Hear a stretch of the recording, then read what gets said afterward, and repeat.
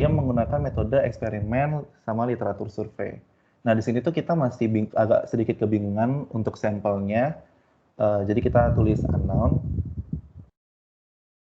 Terus hasilnya itu dari paper ini dia mengungkapkan bahwa protokol autentikasi yang diusulkan ini yaitu menggunakan sertifikat implisit itu menghabiskan waktu dan energi nominal untuk operasinya dan terbukti tahan terhadap banyak serangan yang menjadikannya pendekatan yang cocok untuk aplikasi IoT yang dibatasi oleh sumber dayanya.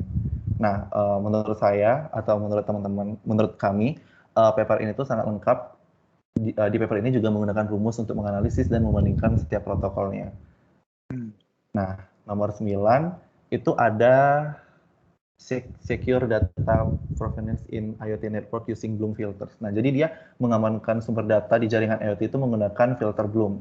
Nah, tujuannya dari paper ini itu adalah untuk mengurangi beban komputasi dari node IoT dan mengurangi persyaratan penyimpanan untuk menyimpan informasi provenance-nya.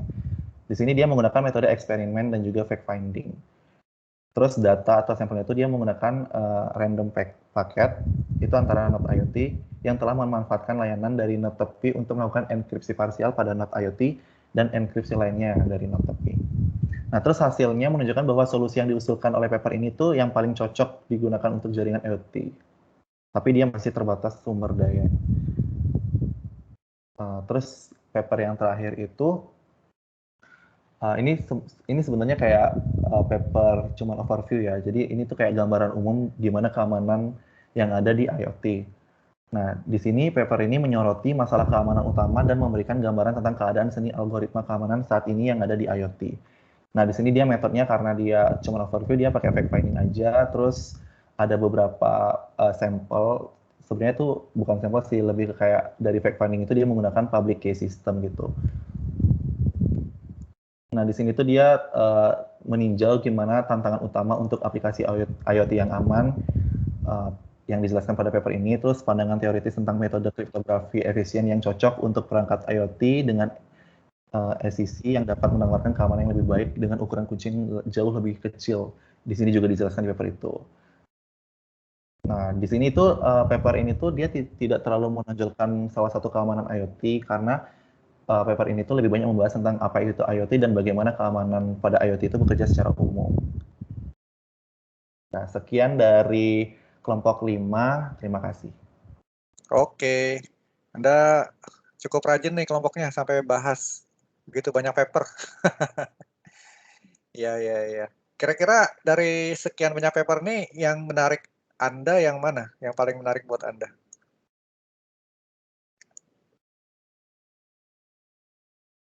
Kalau ya udah Fari dulu, Fari. Oke, kalau menurut saya sendiri, menurut saya sendiri, sebenarnya sih lebih ke implementasi blockchain ke IoT karena blockchain dan IoT itu merupakan dua segmen yang berbeda. Untuk IoT itu sebagai sesuatu things yang memang terkoneksi ke internet, tapi bisa diimplementasikan dengan blockchain, di mana blockchain itu kan dikenal sebagai sesuatu yang memang transparan, yang memang tidak bisa diedit lagi jika sudah di-commit gitu, dan jika diimplementasikan itu sangat menarik menurut saya. Kalau menurut Anda sendiri kasus yang dia ungkapkan itu benar-benar kasus yang istilahnya penting untuk mengimplementasikan dua teknologi itu atau gimana? Kalau yang dari saya baca di paper itu yang dieksperimenkan itu kan cuman paper nomor 1 dan itu hanya sesuatu yang simple sih. Sesuatu simple sekedar mengirimkan data doang. Yang seperti yang kemarin kita coba itu masih menurut saya tidak perlu sampai menerapkan blockchain, tetapi ada beberapa yang memang harus diterapkan blockchain, misalkan seperti kalau saja kita anggap saja kita punya IoT itu tidak menerapkan blockchain, berarti kita tidak tahu apakah data yang dikirimkan itu datanya bagaimana. Jadi dengan menerapkan blockchain itu data yang kita kirimkan kita juga tahu, orang lain juga tahu datanya seperti apa sih. Jadi kita bisa lebih handle privacy. Contohnya jika kita mempunyai smart door di rumah kita, bagaimana kita tahu bahwa yang disensor yang ada yang dilihat oleh smart door itu tidak dikirimkan ke siapapun tetapi hanya ke kita sendiri. Itu sebagai salah satu pertimbangan yang saya pikirkan jika tidak ada blockchain. Jadi jika ada orang breach into our system juga kita juga bisa saja tidak tahu karena tidak ada transparansi yang kita cuma tahu, oh di sini smart door saya mendeteksi ini ada seseorang, tapi saya nggak tahu, saya cuma tahu kalau datanya kirim ke saya, apakah bakal kirim ke yang lain? Itu salah satu. Ya. Karena blockchain itu kan perlu computation power yang cukup lumayan ya. Jadi menurut saya untuk implementasinya harus benar-benar aplikasi yang kalau istilah kerennya killer apps. Jadi case-nya yang memang benar-benar membutuhkan kasus blockchain. Misalnya kayak pencatatan transaksi. Itu kan pencatatan transaksi itu hal yang penting ya dan tidak boleh diubah kan. Sehingga disebar semua. Atau misalnya juga ijazah. Ijazah itu kan sesuatu yang nggak bisa dirubah gitu. Anda punya sertifikat apa gitu kan, ijazah lah ya. Nah itu juga bagus implementasinya pakai blockchain. Tapi terus terang saya masih belum kepikir kasus yang di paper ini IoT dengan blockchain case apanya gitu yang sampai memerlukan itu ya. Ya nanti nggak apa-apa lah. Next, saya tetap menyarankan setiap Anda membuat ulasan seperti ini, yang penting Anda gali adalah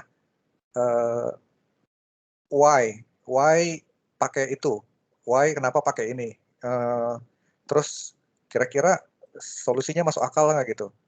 Jadi ya ini frankly speaking sebelum saya terjun ke dunia dosen, publish paper segala macam, saya berpikir semua paper itu bagus-bagus, hebat-hebat gitu ya. But setelah saya mengerti, ternyata tidak semua paper itu sebagus aslinya, sebagus yang kita kira gitu. Karena ada juga paper yang mungkin dia bimbing mahasiswa, terus dia publish,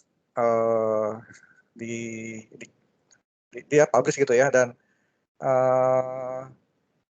sebetulnya hasil research-nya tuh belum selesai atau bahkan mungkin belum terlalu bagus gitu. Cuma dia bisa mempoles sehingga hasilnya bagus, kira-kira gitu. Nah biasanya untuk memfilter itu, cara yang termudah adalah kita cari dari jurnal-jurnal yang bereputasi. Misalnya jurnal yang terindeks Scopus atau cari paper-paper yang di-refer oleh IEEE seperti itu, sehingga atau kita lihat yang nulis itu dia punya rating kalau di istilahnya ya, kalau di publikasi itu dia punya skornya itu tinggi, namanya H-index ya. Nah H-index itu menentukan kalau dia sering publish, terus orang men-cite itu artinya ada orang research terus merujuk ke paper yang dia terbitkan. Nah, itu namanya citation. Nah, orang itu akan mendapatkan angka H-index yang tinggi. Tapi ada juga orang yang bikin papernya banyak, tapi papernya itu ketika dipublish, tidak ada orang yang merujuk. Nah, nilai H-index dia itu kecil. Itu salah satu filter, filter yang lebih mudah ya, untuk mengetahui paper ini kira-kira isinya berkualitas tinggi atau tidak gitu. Jadi dengan melihat penulisnya siapa, penulis pertama atau penulis di akhir kali ya. Kalau dosen dengan mahasiswa biasanya mahasiswanya taruh di depan, dosennya di paling belakang gitu. Nah nanti lihat tuh si orang ini nilai H-index-nya berapa. Kalau nilai H-index-nya bagus itu yang publikasi yang terkenal tuh di atas 2 lah ya, di atas 2, di atas 3 gitu. Nah itu berarti dia setiap terbitin paper, orang merujuk ke paper dia. Nah itu orangnya bagus. Nah itu sebagai tips aja ya, mungkin bukan buat Anda, tapi untuk yang lain juga dalam mencari rujukan. Saya tidak mengkomentari isi papernya seperti apa karena saya belum baca. Ini cuma secara umum aja. Jadi pas mencari paper, kriterianya seperti itu. Dan yang penting menurut saya dilihat adalah background-nya ya. Kenapa case ini ada gitu. Itu sih. Oke, hasil kerja kelompok ini bagus ya, lengkap. Saya coba ingin melihat lagi kelompok 6. Sebentar Pak. Ya. Saya share dalam doc aja ya Pak. Boleh. Sebentar, saya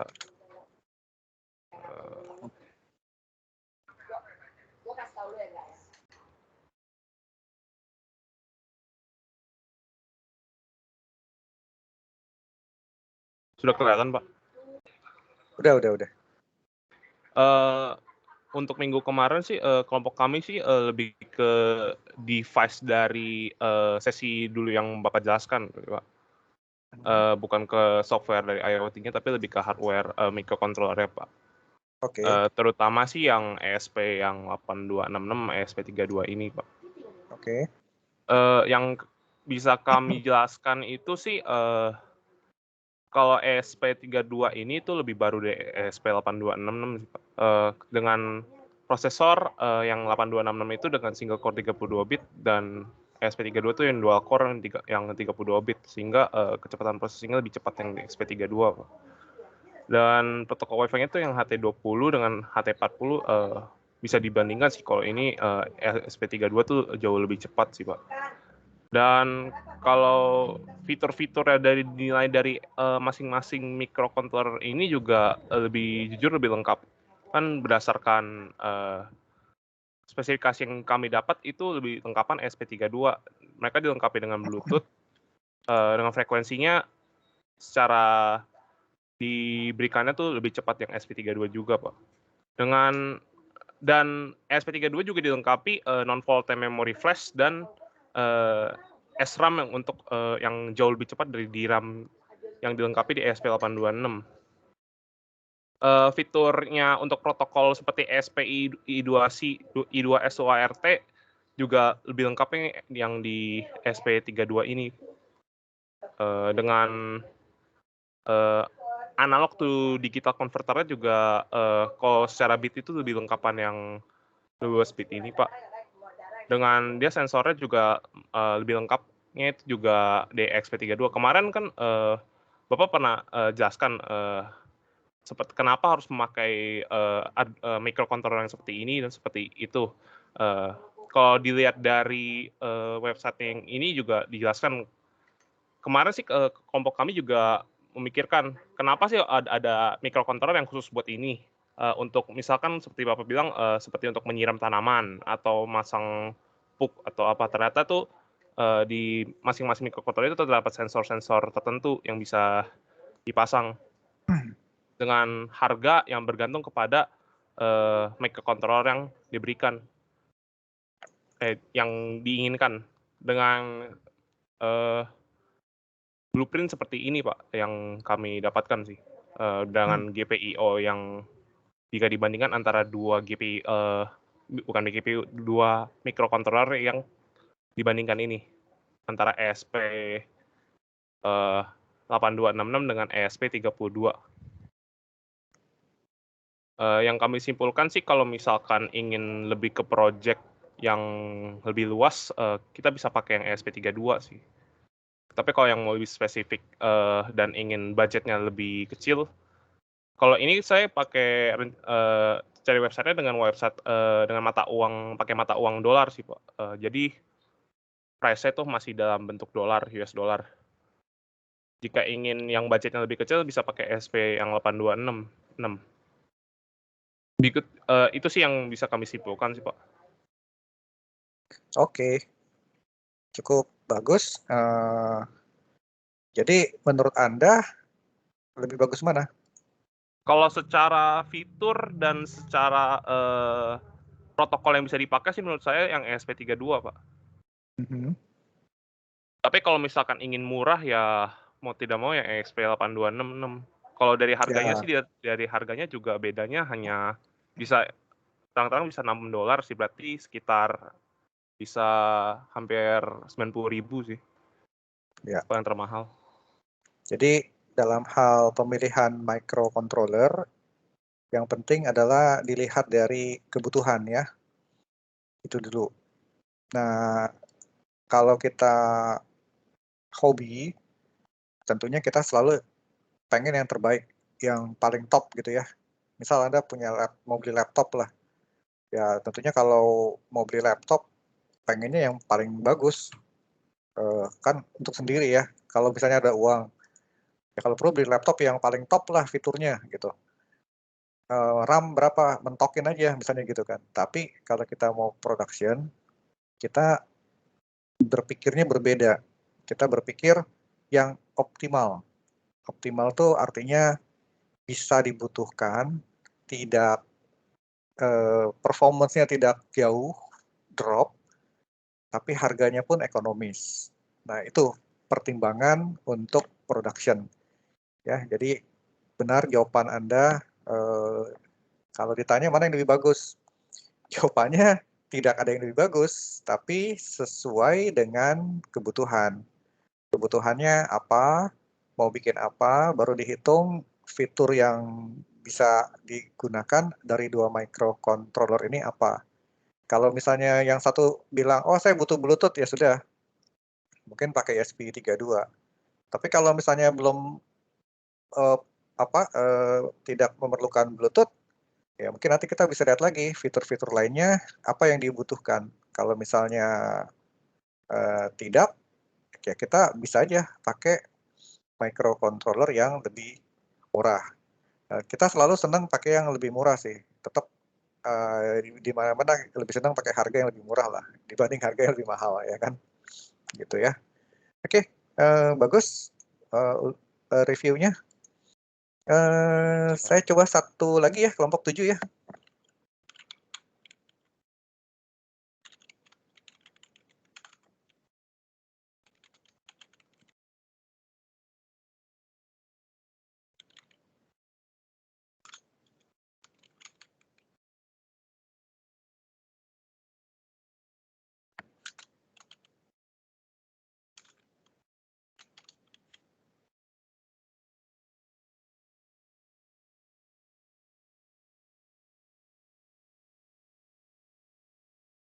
Ya, kelompok 7 mungkin bisa menyampaikan hasil SL Anda.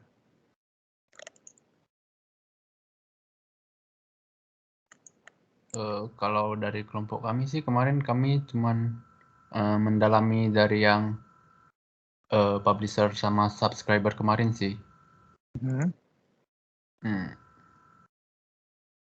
Terus apa yang Kan Anda kemarin tuh temukan? ada masalah ya. Oh, itu kan kemarin ada sering yang kayak kalau saya kemarin kerjain itu kan ada banyak kayak connect, close, offline, reconnect gitu kan. Itu setelah saya dalami ternyata, setelah saya telusuri ternyata itu karena ID yang dipakai untuk kerjain itu sama ternyata nggak diganti gitu. Terus setelah diganti baru ternyata yang di topik itu baru di topik saya sebagai klien ini dia nggak reconnect offline gitu-gitu lagi. Jadi kayak dia tetap jalan terus. Oke, bagus. Ini yang di AWS IoT ya? Ya, yang kemarin, yang minggu lalu. Juga ada topiknya itu kan gara-gara di itu ya, masalah rule-nya ya, yang settingan di cloud-nya. Ya. Makanya hanya bisa topik terbatas. Oke, ya, bagus. Betul. Apalagi yang Anda temui?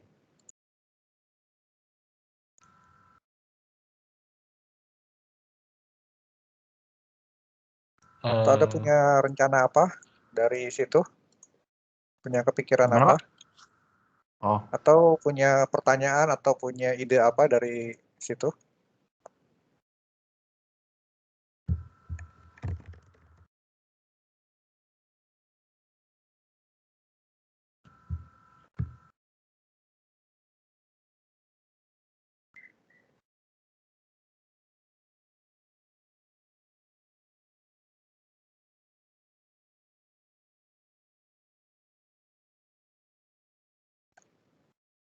Ada pertanyaan nggak dari topik yang Anda kerjakan?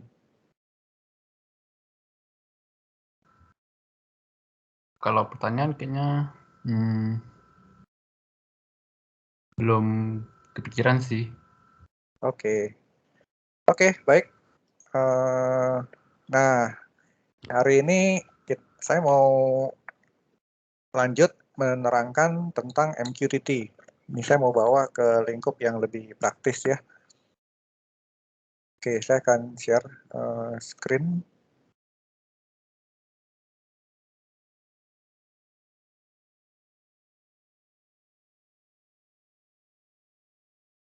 Apakah sudah kelihatan layar saya?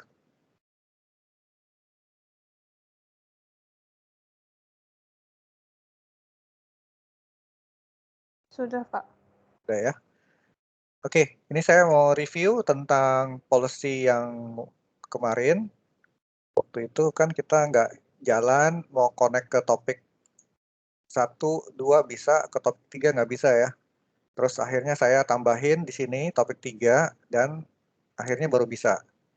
Karena ini adalah kita bisa setting policy apa aja yang boleh di-subscribe, apa aja yang boleh di-allow ya, di-publish di bagian policy di AWS IoT-nya. Gitu ya. Nah, kemarin kan kita sudah pakai 2 klien ya, klien Start 1, Start PS1, Start PS2 gitu kan. Nah, Start 1, Start 2 ya, terus saling kirim data. Itu brokernya adalah si ini ya, AWS IoT-nya yang ada di cloud. Nah, sekarang saya mau lebih membawa Anda ke example yang lain, yaitu menggunakan Mosquito Broker. Jadi ini bukan menggunakan AWS IoT, tapi menggunakan server Mosquito yang saya install di Amazon web service saya, web server saya. Jadi, sorry. Jadi saya punya di sini. Oke, saya udah ada satu instance yang running di sini ya. Terus Anda konsepnya gini ya, mungkin saya akan ke MQTT ya.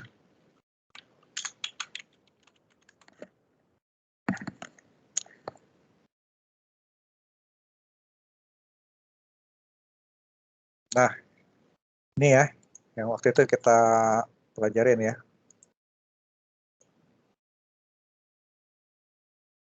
Nah, ini ya. Jadi kan yang kita coba ini adalah PubSub-nya si AWS IoT. Dan sepertinya AWS IoT itu belum tentu, saya nggak tahu ya, itu pakai MQTT protokol atau proprietary protokol dia. Walaupun prinsip kerjanya sama, publish and subscribe ya.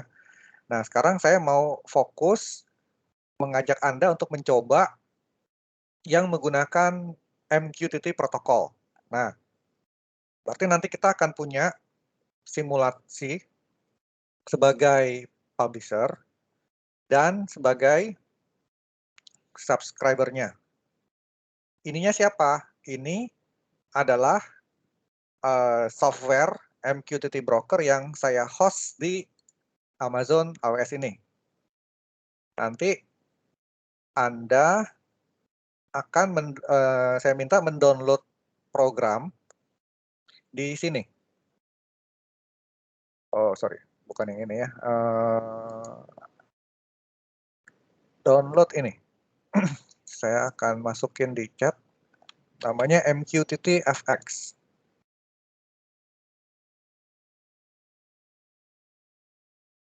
Oke, silahkan Anda download versi Windows 64 bit ya. Oh, jadi ini kali ini. Windows 64. Ya, ini ya. Coba Anda install di komputer Anda. Saya sekalian mau menjelaskan konsep MQTT tentang quality of service-nya. Ya, tadi di kelas sebelah saya menjelaskan juga, saya pikir saya mesti menyamakan materi yang sama supaya yang di sana saya terangin, yang di sini juga saya terangin juga hal yang sama ya. Nah, kita akan mencoba ini.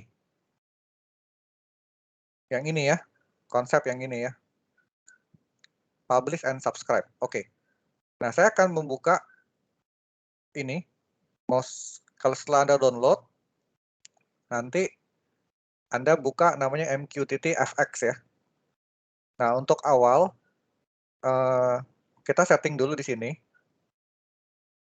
Nah, jadi kita mungkin akan add dulu, add profile. Misalnya saya bilang ini PPTI BCA 8 yang pertama ya. Terus yang perlu Anda ganti adalah ini. Oke. Terus client ID-nya Anda generate. Ya. Terus apply. Terus kita buat minimal 2. Kita buat satu lagi.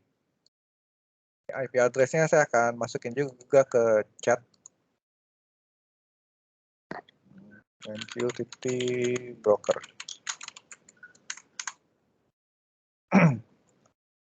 Oke. Saya akan buat ini PPTI BCA 2. Oh, sorry. Ini masih di sini ya. Saya mesti add dulu ya. Add ini. Ininya ganti. Ininya saya ganti PPTI BCA 82. Ininya generate. Ya, caranya begitu ya. Nggak susah ya. Terus kita klik apply. Nah, ini kita tutup aja. Mau cancel boleh, mau close boleh ya. Terus ini kita buka 2 jendelanya. Ini saya buka satu lagi. Ini kan ada PPTI 12 ya. Saya open satu lagi.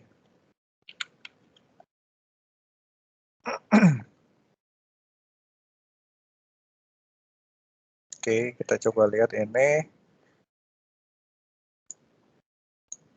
Ya, ini PPTI BCA 8. Ini saya yang pilih yang 1, sedangkan ini yang 2 ya. Nah, ini kita connect. Kalau dia berhasil, ini jadi hijau ya warnanya ya.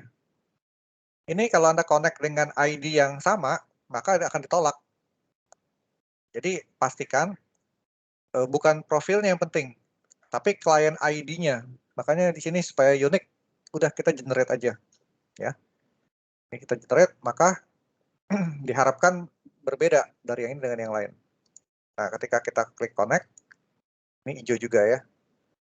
Nah, kalau saya coba connect pakai yang 1, yang ini ketendang sama dia.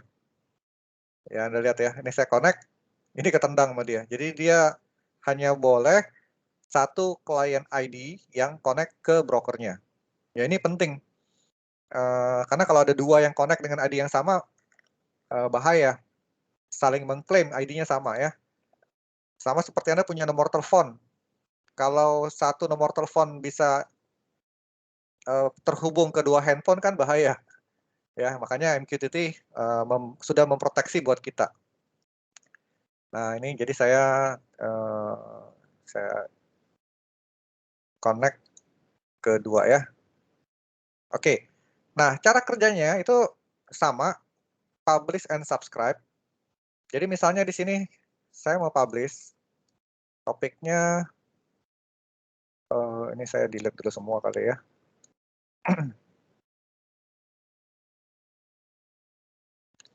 Topiknya saya publish ke misalnya PPTI BCA 8. Nah, bisa aja saya pakai ini ya, /test.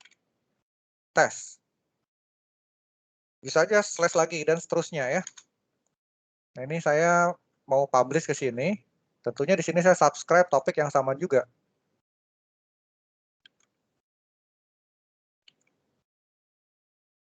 Oke, ini sebenarnya 0 dulu ya. Oke, ini saya akan publish ke sini. Saya bilang hello world. Nah, akan muncul di sini. Nanti kalau Anda sudah berhasil mendownload dan menginstal program ini, Anda silakan coba publish ke topik ini, PPTI BCA 8/test. Ini Anda masukin nama Anda sendiri. Nanti akan muncul di sini nih.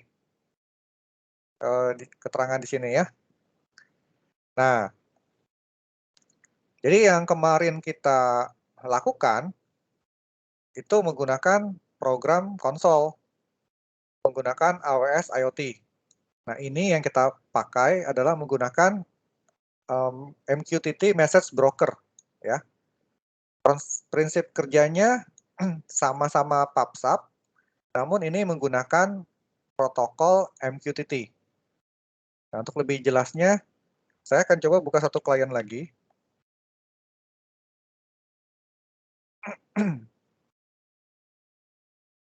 Ini saya akan naikin.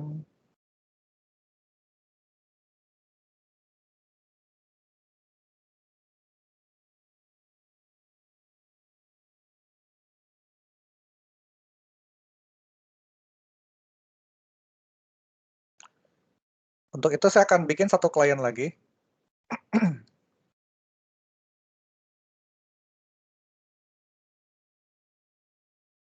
Ininya samain. TPTI BCA8 yang ketiga. Ya. Terus apply. Oke, ini saya connect. Terus saya subscribe ke topik yang sama.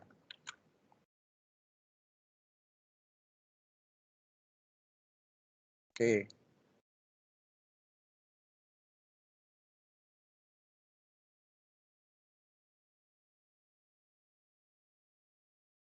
Mungkin kalau gitu ini saya giniin. Terus ini saya taruh ke sini.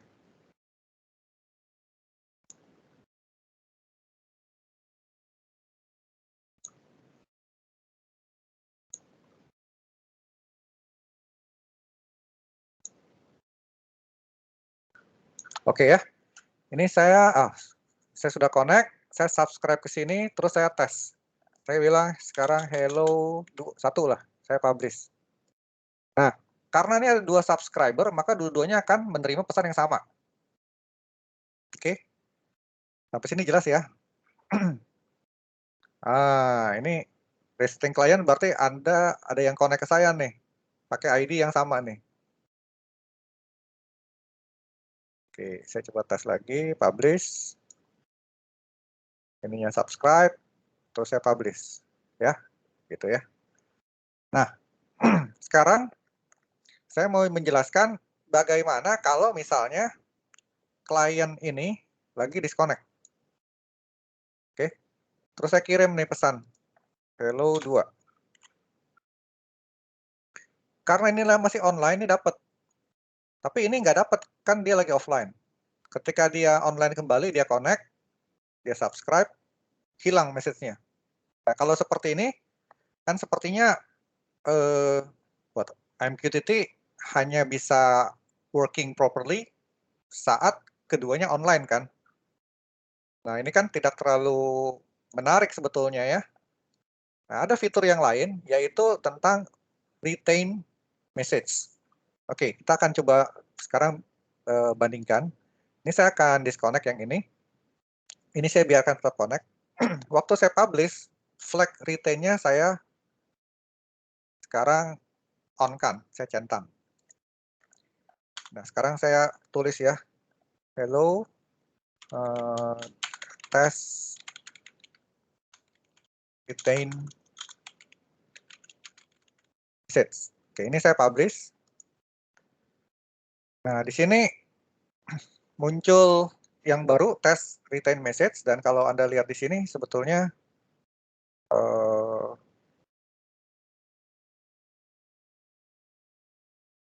sebentar.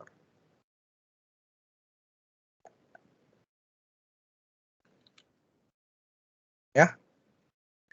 Nah, kita coba connect yang ini. Nah, lihat di sini message-nya langsung muncul. Ya. Kalau ini dipublish, kebetulan dia lagi online, maka dia otomatis. Oh, ini kenapa ya?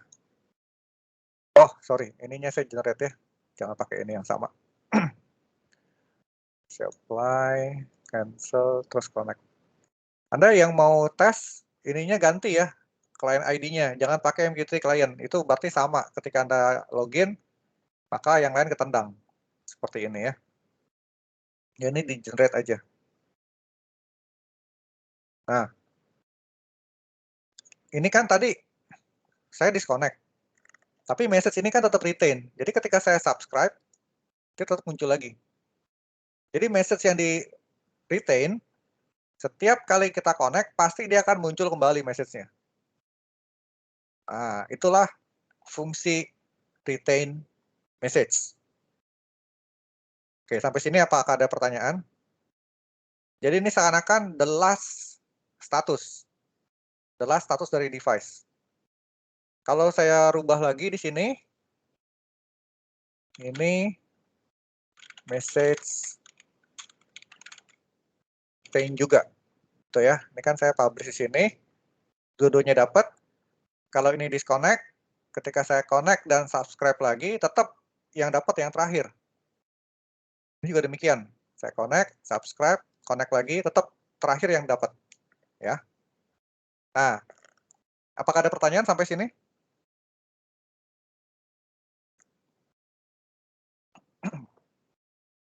Oke, kalau nggak ada saya lanjut. Ini kasus pertama jika kita ingin menyimpan the last message. Oke. Tapi ada kasus di mana misalnya ini disconnect ya. Ini kan masih online nih. Saya mau dalam proses komunikasi saya ngirim message banyak nih. Hello 1, saya kirim ke dia. Terus saya kirim juga hello 2, saya kirim. Hello 3. Ya, saya kirim. Yang ini tetap dapat kan? Hello 1, hello 2, hello 3. Ini terus didapat message-nya. Bagaimana kalau klien ini baru offline, online kembali? Dia hanya mendapatkan yang ketiga. Hello 1, 2-nya hilang. Gitu. Nah, kasus seperti ini akan di-solve dengan metode yang berbeda ya. Jadi caranya, ini saya disconnect dulu. Di sini ada namanya clean session. Saya uncheck ya. Ini sih biasa saya cuekin aja, nggak dipakai. Kemudian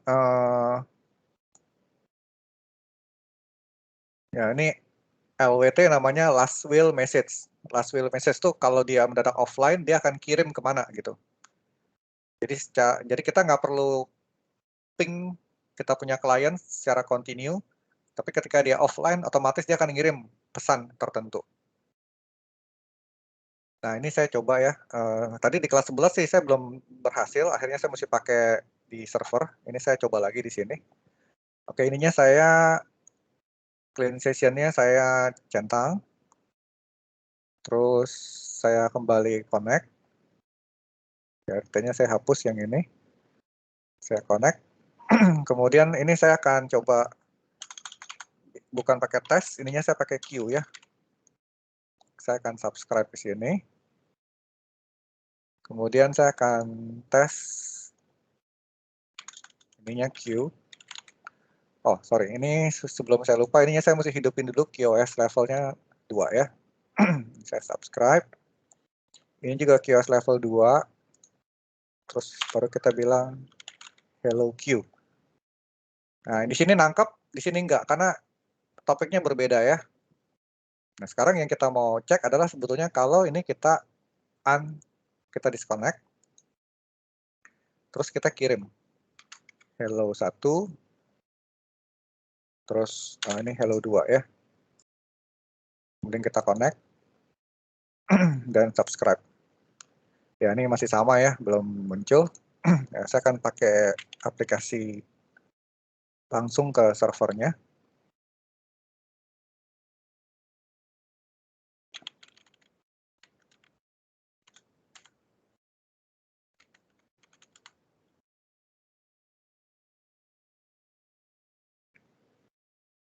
Oke, ini saya akan jalankan.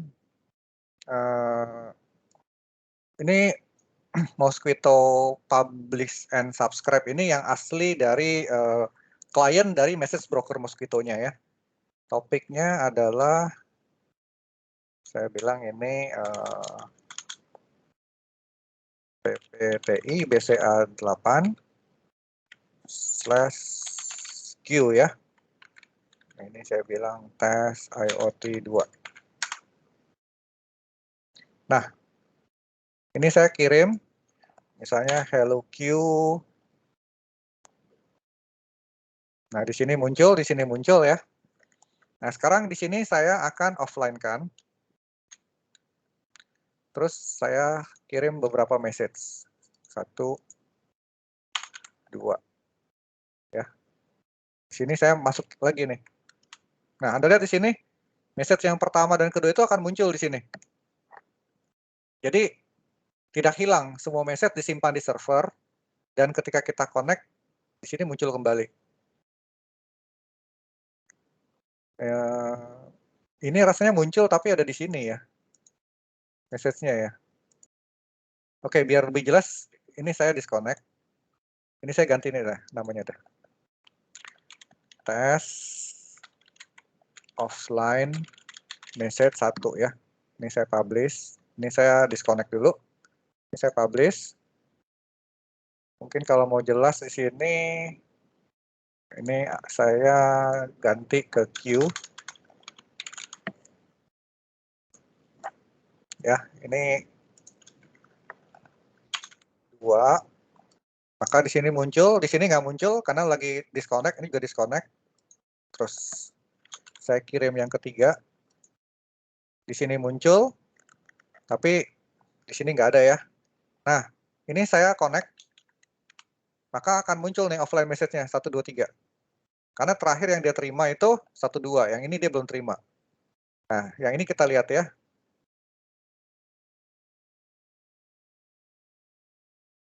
Oke, ya di sini saya belum tahu nih. Di sini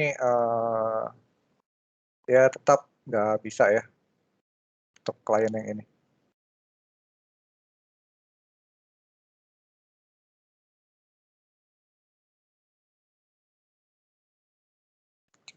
Cek.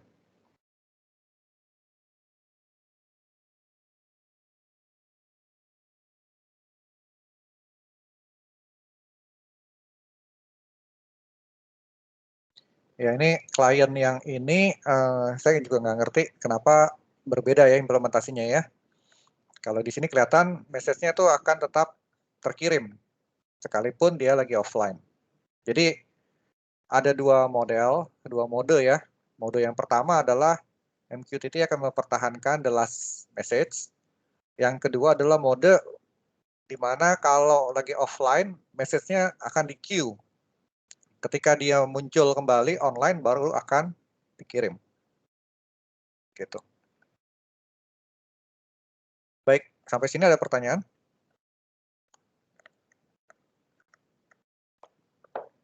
Silakan mencoba untuk publish ke topik ini atau publish ke topik ini.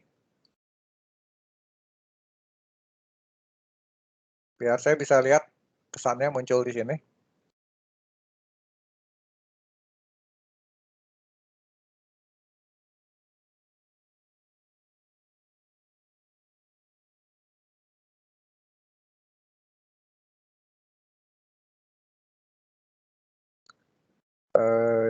Kalau mau publish, coba dia punya message pakai nama Anda.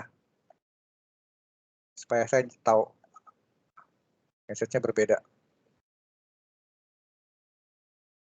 Pak mau tanya Pak. Ya. Kalau dia coba connect tapi unable to connect itu karena apa Pak? Rata-rata ini sih. Client ID-nya coba di-generate lagi. Itu berarti ke wow. Terus broker address-nya yang tadi, yang saya tulis di chat. Dan profilnya berbeda ya, dibedakan. Nah ini, Jovian, sudah bisa tuh. Ini saya di AWS Cloud-nya, ini di komputer saya. Dua-duanya langsung terima dengan bersamaan. Kalau Anda ngelihat begini kan, ibaratnya Anda lagi kirim WA grup ya. Ini di handphone teman, di handphone temennya. Anda kirim, dua-duanya nyampe gitu kan. Jadi mau bikin program chatting sebenarnya nggak terlalu susah. Dengan menggunakan konsep ini. Kalau kalau dia punya ininya sama akan ditolak. Ya, Ronaldo udah masuk juga tuh. Oh, masih nggak bisa tuh. Kenapa, Pak? Cuma broker address-nya aja yang gitu. Iya. Coba Anda sharing komputer Anda deh. Komputer Anda sharing, layarnya coba sharing. Oke, coba.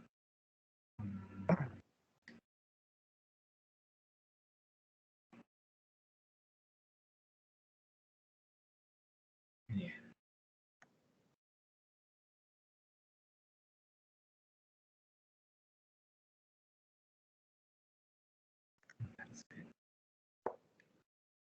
Muncul, Pak. Oke.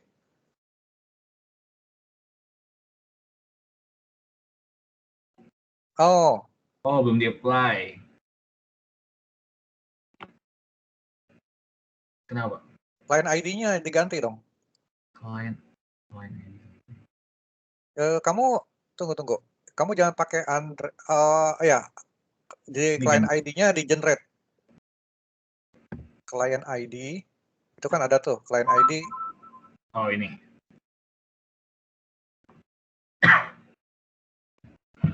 Gini, Pak. Kayaknya nge-lag nih di saya. Ya, yang itu. Namanya profile bebas. Nama profil bebas. Bikin 2 aja, Andreas 1, Andreas 2.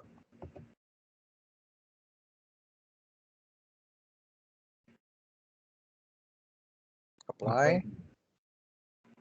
Nah, terus new lagi. Ini diemin aja, Pak. New lagi aja, kan ada tanda plus tuh di bawah. Di kiri.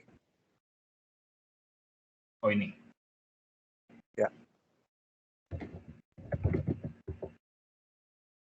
Di berapa ya?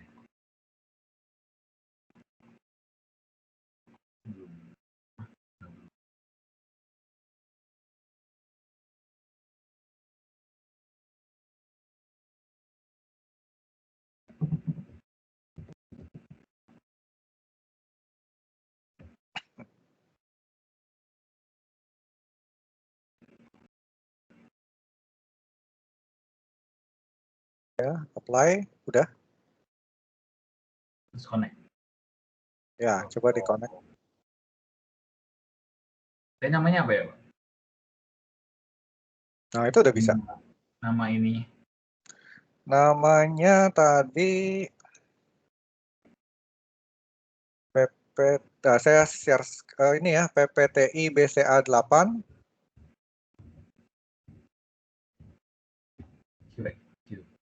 Sambung semua. /Q. Ya. Coba publish. Ya, udah sampai. Oke, makasih, Pak. Iya, saya ganti share screen saya.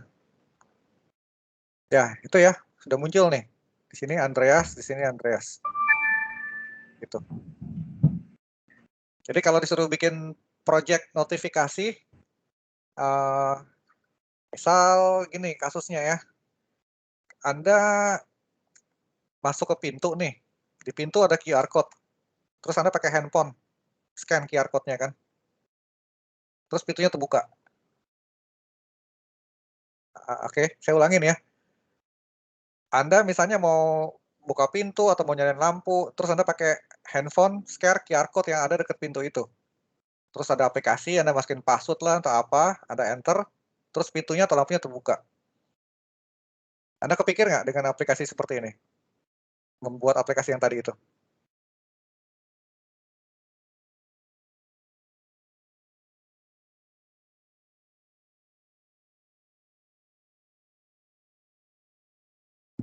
Halo?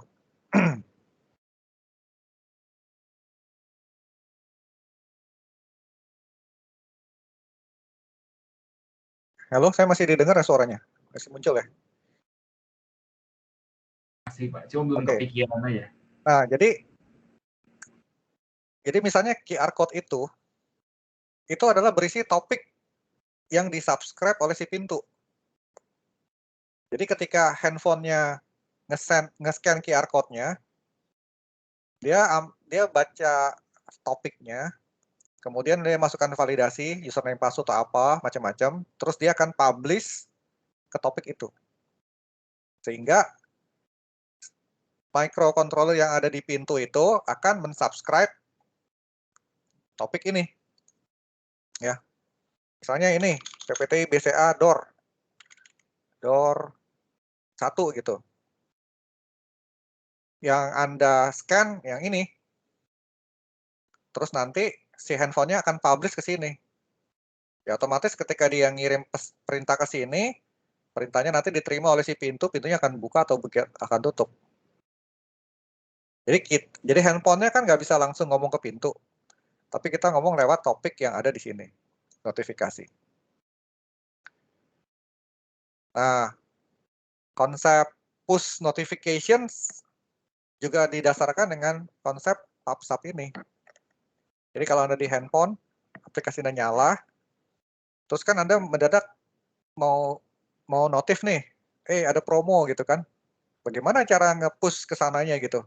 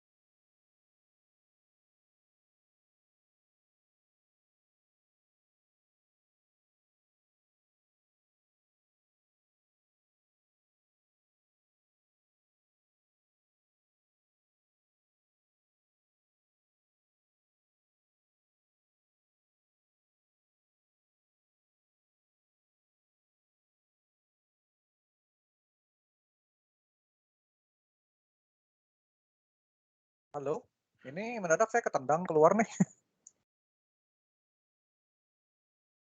Apa bisa dengar saya sekarang?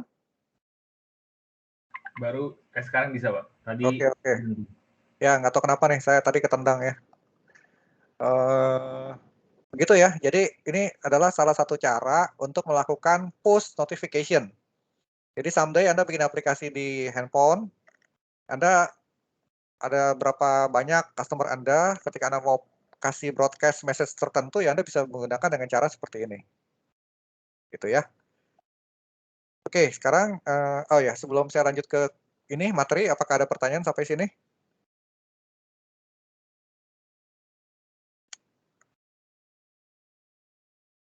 Nah, ini kan servernya di saya punya AWS ya. Kalau Anda mau pakai server sendiri, Anda silahkan download ini di Mosquito.org.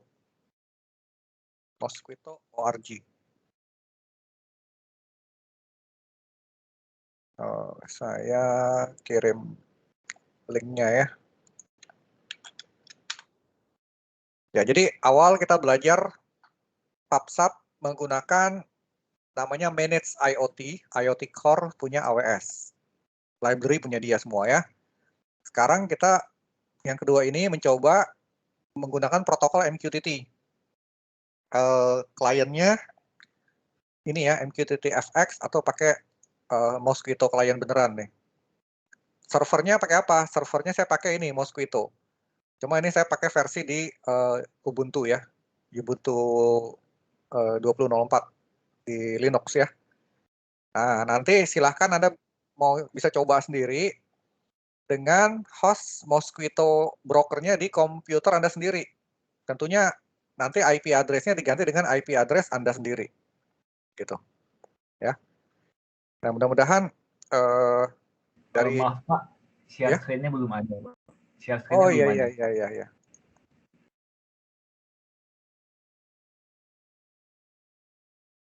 Oke. Ini nanti Anda bisa coba mendownload dari sini ya. Source-nya yang di Windows 64 bit atau 32 bit install di komputer Anda. Terus dia ada klien, ada server ya. Servernya kalau Anda sudah running, maka komputer Anda bisa jadi Mosquito broker. Nanti kalau Anda mau nyoba, di komputer Anda, berarti untuk bagian servernya, broker address-nya diganti dengan broker address dari komputer Anda sendiri. Gitu. Ya. Nah, nanti Anda bisa coba-coba. Kalau komputernya installnya di internet, ya berarti aplikasinya bisa di-host di internet. Gitu. Terus apa bedanya yang saya host di sini dengan saya menggunakan AWS IoT Core? Nah, ini adalah dari sisi service dan scalability. Saya kalau mau manage MQTT broker saya untuk bisa user A, user B, user C hanya bisa publish ke topik ini ya. Saya mesti config manual. Bisa, tapi saya harus config manual. Di sini ada user credential. Ini kan kosong. Ini kita bisa isi nih. Jadi kita bisa isi user A hanya bisa ke topik ini aja. Kalau nggak cocok, ya nggak bisa. Tapi kalau di AWS IoT kan tadi ada policy web base, Anda bisa apply dengan lebih mudah kan. Itu yang pertama. Terus yang kedua masalah scalability. Kalau pakai Mosquito ini, berarti scalability-nya adalah tergantung dari kemampuan saya punya virtual machine. Kalau virtual machine saya sudah nggak kuat ya berarti lemot semuanya kan. Tapi kalau pakai AWS, dia punya koneksi makin besar, dia otomatis akan membuat server yang lebih kuat lagi. Karena dia managed service. Managed service itu kita nggak usah khawatir kemampuannya, kita bayar sesuai dengan jumlah koneksi yang masuk. Masalah kekuatan servernya nggak usah khawatir, dia sudah atur auto scalingnya. Nah itu dua hal yang lebih penting ya, aspek manajemen, ya manajemen dan security, dan kedua aspek skalabilitas. Itu sih. Oke, nah sekarang sekalian saya mau bahas topik yang ini ya, tentang cloud-nya ya. Jadi cloud model itu ada yang dari on-premise. On-premise ini sebetulnya adalah komputer yang kita beli sendiri, jaringan kita urusin sendiri, operating system kita install sendiri, middleware, runtime kita urusin sendiri, data, aplikasi kita semua urusin sendiri. Itu namanya on-premise. Ya sebetulnya sih ini istilah baru, tapi konsep lama ya. Konsep lama itu ya namanya on-premise. Tapi kalau sekarang bahasa kerennya apa nih, on-premise atau di cloud? Nah, istilahnya gitu. Sekarang Anda ngerti lah kalau on-premise itu komputernya ada di kantor kita gitu. Itu on-premise. Ya. Karena dia di kantor kita, berarti Anda misalnya mau bikin satu server yang diakses dari internet ya. Misalnya Anda bikin e-commerce lah, situs e-commerce yang bisa diakses dari internet. Maka pilihan pertama misalnya, wah saya harus host sendiri servernya di kantor. Anda beli server, mesti pasang jaringan dari kantor ke internet, ya kemudian Anda install di atas servernya, storage, OS, aplikasi semua di situ ya. Jadi privately managed. Nah sebetulnya sekarang di cloud itu ada juga fitur yang ya kecuali network ya. Network di cloud sudah otomatis diurusin kan. Ada fitur yang dimana kita bisa beli namanya bare metal. Kita sewa satu komputer bare metal, terus kita isi semua sendiri. Sorry, ya isi semua ini sendiri. Kita yang install sendiri. Nah, cuma itu biasanya untuk hal-hal yang cukup powerful ya, yang sangat powerful, yang baru kita memerlukan bare metal komputer seperti itu. Yang berikutnya adalah network as a services. Nah, daripada komputernya, servernya taruh di kantor kita, berarti kan yang akses ke server itu harus melalui jaringan internet kantor. Kalau klien kita tambah banyak, jaringannya harus diperbesar bandwidth-nya. Nah, kan ada hitung-hitungannya tuh, berapa mahal. Nah, solusi lain, komputernya yang kita taruh di Internet Service Provider. Jadi networknya ini kita akses taruh di kita suruh cloud yang manage, sedangkan komputer kita yang kita taruh di sini. Ya, bisa juga yang tadi saya bilang, wujud ininya bukan berbentuk komputer, tapi berbentuk bare metal komputer ya, dimana kita install sendiri nih semua, kita pilih sendiri. Ya, singkat cerita, ini kita manage sendiri, bukan di manage oleh cloud. Ini kita manage sendiri, ini yang di manage dari cloud. Nah, kapan dibutuhkan seperti ini ya? Beberapa aplikasi spesifik, saya nggak tahu, mungkin BCA ada kali kebutuhan yang sangat spesifik seperti ini ya, karena dia mau secure. Jangan dia nggak mau pakai ini diurusin orang lain. Kalau ini diurusin sama orang lain ya mungkin khawatirnya mungkin ada policy tertentu yang memang tidak mengizinkan seperti itu. Sama seperti government ya. Government itu kalau saya tidak salah datanya itu tidak boleh di-host di luar negeri, harus di-host di Indonesia. Itu adalah policy. Nah, sehingga kalau ada urusan policy seperti itu mau nggak mau ya dia mesti infrastrukturnya harus mengikuti. Nah, berikutnya lagi untuk level infrastructure as a services yaitu IaaS, IaaS ya. Ini yang common. Yang tadi Anda lihat saya punya komputer di AWS itu adalah IaaS.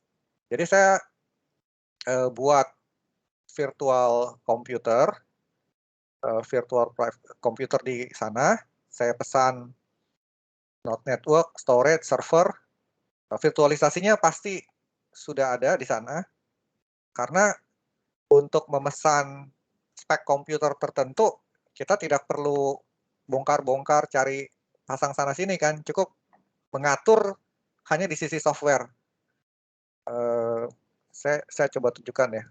Mungkin saya pernah tunjukkan, tapi saya coba tunjukkan lagi. Ini ya, misalnya saya mau pesan komputer nih.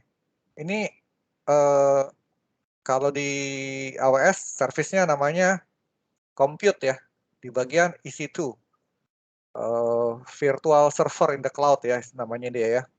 Nah, ketika saya launch begini, ini langsung dia kasih pilihan, kita mau install OS-nya apa. Ya, ini ada Mac OS, ini ada AWS, Amazon Linux, Red Hat. Ini image-nya ada yang bayar, ada yang gratis. Nah, atau di sini ada pilihan nih. Kalau kita mau database, pakai RDS. Nah, nanti RDS saya terangin lah. Nah, ini macam-macam. Misal saya mau pasang Ubuntu. Nah, ini ada pilihan juga arsitekturnya. Saya mau pakai arsitektur di ARM atau di Intel. Ini yang disebut dengan pemilihannya itu secara virtual. Nah, jadi di atas mesin mereka, di atas mesin ini, mereka punya layer virtualisasi. Virtualisasi di atas server, artinya di atas CPU, virtualisasi di atas storage, virtualisasi terhadap network. Kalau nggak ada virtualisasi, ya bagaimana saya bisa milih dengan menggunakan begini? Ya misalnya contoh ya, saya mau pilih yang ini gitu. Nah, ini bahkan kalau kita lihat pilihan-pilihan lain, dia bahkan sudah mengkhususkan kalau kita mau pakai aplikasi deep learning, dia sudah instalkan nih. Jadi setelah ada image ini, secara otomatis ini kita nggak usah install lagi, tapi sudah terinstall. Ya. Nah, contoh saya pilih yang ini ya, Ubuntu 16.04. SSD volume type ini ya. Saya pilih ini. Maka berikutnya kita pilih komputernya nih. Mau seperti apa? Ini family-nya, tipenya, terus virtual CPU, vCPU ya. Mau berapa virtual CPU-nya? Kemudian memorinya mau berapa? Jadi memori di sana servernya besar, mereka bagi-bagi. Ya sama lah seperti di komputer Anda pakai virtual box gitu ya, atau VMware. Kan Anda bisa create juga kan, dengan spesifik mau CPU-nya berapa, memorinya berapa, hard disk-nya berapa, seperti itu. Nah, ini storage Anda bisa create, memori, CPU, network performance seperti apa. Ya, ini banyak pilihannya ya. Seperti ini. Bahkan sampai yang large, ada yang sampai 32 CPU, 72 CPU ya. Ini memorinya 192 GB. Ya, ini banyak lah ya, macam-macam ini. Jadi kalau mau sampai besar-besar, ya ini ada juga ya, banyak pilihan. Ini yang disebut dengan infrastructure as a services. Ini ya. Nah, kelebihan ini adalah saya bisa menggunakan sesuai yang saya butuhkan. Jadi misal gini, ketika saya punya server e-commerce baru launching, mungkin saya hanya perlu satu CPU untuk web server saya. Satu CPU untuk application server saya. Satu CPU untuk database server saya. Bisa nggak Pak digabung? Sebetulnya bisa aja sih. Bisa aja mungkin di awal database server, application server, web server, itu satu server, satu CPU. Nah, ketika traffic-nya semakin besar, mungkin Anda berpikir, wah ini customer saya makin banyak. Anda mulai memisahkan web servernya sendiri, application server dengan database server sendiri ya. Nanti ketika yang akses semakin banyak, Anda bisa menyuruh si cloud secara otomatis melakukan auto scaling. Auto scaling itu begini. Kalau yang akses banyak, tahu dari mana banyak? Anda bisa kasih tahu kriterianya. Kalau CPU utilization yang ada di web server saya menunjukkan angka 80%, atau misalnya kalau mau dari bandwidth, kalau bandwidth-nya sudah menyentuh 80% dari traffic, kalau bandwidth mungkin gampang ya, kalau sudah menyentuh 80% tolong digedein bandwidth-nya. Nanti gedeinnya berapa, tinggal dihitung batas waktunya. Nah, kalau CPU utilization sudah 80%, berarti kan otomatis harus tambah CPU baru. Tambah CPU baru sebetulnya adalah dia set satu web server baru, set satu komputer baru. Dengan software yang sama persis dengan web server yang ini. Nah, kalau Anda melakukan secara manual kan, Anda mesti beli satu box lagi web server, install lagi masing-masing, copy datanya, running. Nah, setelah dua-duanya running, Anda pun harus punya satu load balancer di depan. Load balancer ini fungsinya untuk membagi load dari web server 1 ke web server 2. Itu kan? Jadi sudah punya dua web server aja belum bisa jalan. Anda harus beli satu device lagi namanya load balancer. User akan hit ke IP load balancer. Load balancer akan membagi mau ke web server 1 atau web server 2. Itu dia. Nah, bagaimana cloud? Cloud itu kalau sudah 80% CPU-nya, otomatis dia akan mengkreatkan Anda tambahan virtual server. Berapa? Tergantung setting Anda. Anda bisa bilang, oh kalau sudah 80% tambahin satu deh. Kalau 80% lagi, tambahin satu lagi. Tapi kalau nanti sudah balik ke 50%, buang deh. Jadikan satu aja. Load balancer-nya bagaimana? Otomatis sudah diatur sama si cloud provider-nya. Dan biasanya load balancer itu gratis, yang kita bayar hanya tambahan CPU virtual server yang tadi kita aktifkan. Nah, itu namanya fitur auto scaling. Nah, itu bagusnya infrastructure as a services. Itu yang dimaksud dengan model cloud itu sama seperti kita bayar listrik. Kita pakai listrik berapa, kita bayar. Kalau Anda tidak pakai cloud, Anda mulai company awal pakai satu server. Ketika company Anda banyak diakses, Anda harus tambah server lagi kan. Tapi tambah servernya itu mungkin aja kalau kayak aplikasi online trading, misalnya saham itu kan hanya ada dari jam 9 sampai jam 3 sekarang ini ya. Nah, kalau Anda sudah beli server itu kan mau nggak mau Anda sudah beli untuk 24 jam. Tapi kalau Anda pakai cloud, infrastructure as a services, Anda bilang, saya kan sibuknya antara jam 9 sampai jam 3. Di luar jam itu, saya cukup pakai 2 server aja. Tapi antara jam 9 sampai jam 3, saya mau pakai 50 server. Supaya customer saya puas. Nah, beda kan ceritanya kan? Bagaimana kalau Anda pakai non-cloud?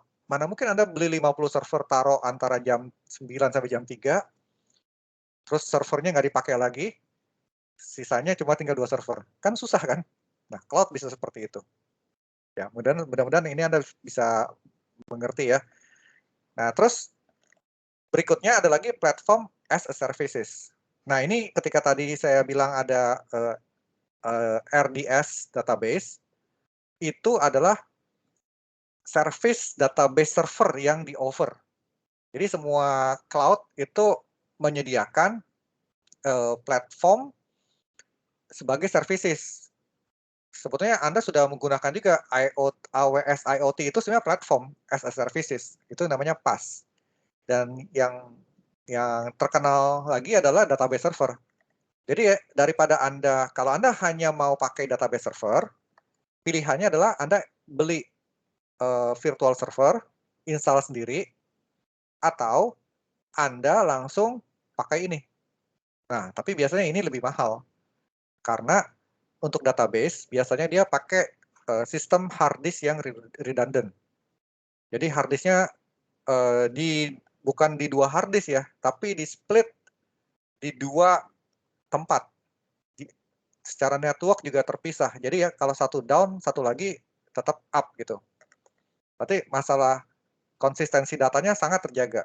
Nah, kalau Anda setting di sini, berarti Anda kan harus bikin 2 server, terus atur software untuk mirroring sendiri. Tapi kalau di sini sudah otomatis. Nah, itu fitur-fiturnya. Nah, terakhir adalah software as a services. Tadi kita pakai MQTT, masih harus bikin aplikasi MQTT-nya.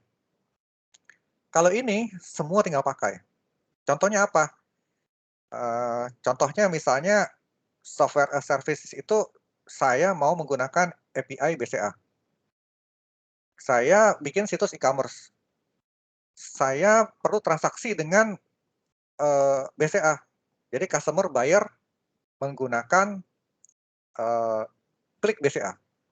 Nah, saya sebagai situs e-commerce-nya bisa kerjasama dengan BCA untuk menggunakan API BCA-nya untuk melakukan cek saldo, transaksi. Jadi sehingga ketika customer bayarnya pakai apa? Nah, saya bisa bilang tuh, oh pilihannya bisa menggunakan klik BCA. Masukkan username klik BCA Anda. Nah, ketika user masukin, berarti aplikasi kita harus connect ke API BCA untuk memasukkan tagihan pembayaran di ID klik BCA tersebut. Nah, itu kan urusan bagaimana klik BCA-nya bisa kita pakai, itu si klik BCA-nya sebagai software as a services, API-nya gitu. Atau contoh lain adalah, misalnya saya pakai Mocha ya, Mocha untuk point of sales. Ya saya nggak usah pakai, nggak usah ngembangin apa-apa, saya cukup langganan Mocha-nya, beli device, sewa bulanan. Aplikasi, semua data, semua Mocha yang ngurusin, kita nggak usah pusing. Ya bisa seperti itu ya. Baik, sampai sini ada yang mau ditanyakan?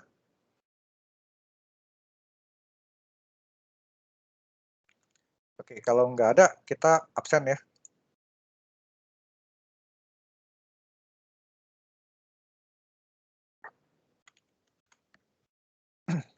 Mohon perhatiannya, ketika saya absen, saya akan panggil, Anda tinggal ngomong iya gitu ya, atau hadir ya.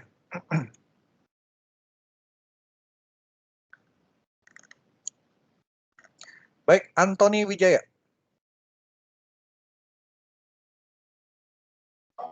Hadir, Pak. Oke. Hadir kok. Iputu Leong Pranata. Hadir, Pak. Oke. Hadir. Michael Jonathan. Michael Hadir, Jonathan Pak. Eko Saputra. Michael Jonathan. Richardo Nugroho. Hadir, Pak. Rio Octavianis. Hadir, Pak. Tiara Wijaya. Hadir, Pak. Varianto. Hadir, Pak. Wilfrando Wijaya. Hadir, Pak. Ini saya seperti ini ya, di keluarga sendiri ya, semua Wijaya-Wijaya semua ya. Oke. Agi Frian Triputra Haryanto. Hadir, Pak. Alfian Putra Sulaiman.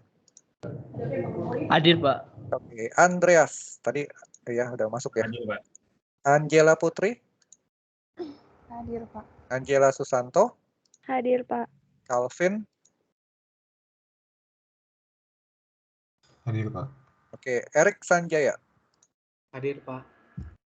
Ferdiana. Hadir, Pak. Jennifer. Hadir, Pak. Jovian.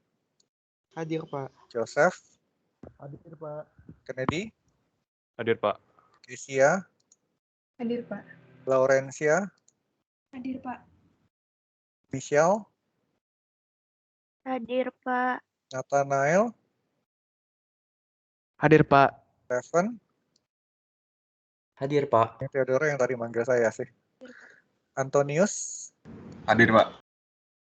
Destin. Hadir, Pak. Oke. Janet. Hadir, Pak. Rainer. Hadir, Pak. Ronaldo. Hadir, Pak. Wah, luar biasa nih. Hadir semua ya. Ya, saya kalau di kelas reguler jarang nih ngajar semuanya hadir nih. Oke, untuk SL-nya saya menawarkan untuk ini ya. Anda explore tentang MQTT mulai dari quality of service-nya. Anda coba lihat di situs ini untuk keterangan lebih lanjutnya. QoS-nya level 0, 1, 2, terus persistence levelnya. Kemudian Anda coba pakai eksperimen pakai server saya yang ada di AWS. Setelah itu Anda coba pakai server sendiri dengan Mosquito di lokal Anda sendiri. Gitu. Ya, mudah-mudahan dengan banyak Anda eksperimen dengan MQTT ini, Anda punya solid knowledge tentang core protokol dari IoT, yaitu MQTT. Gitu ya. Baik, any question?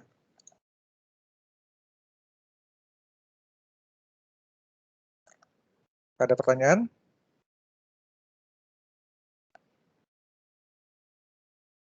Belum ada, Pak. Oke.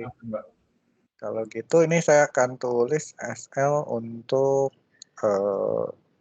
16 Agustus ya. Oke, sampai jumpa. Terima kasih, Pak. Sama-sama. Makasih, Pak. Makasih, Pak. Terima kasih, Pak. Terima kasih, Pak. Terima kasih, Pak. Makasih, Pak.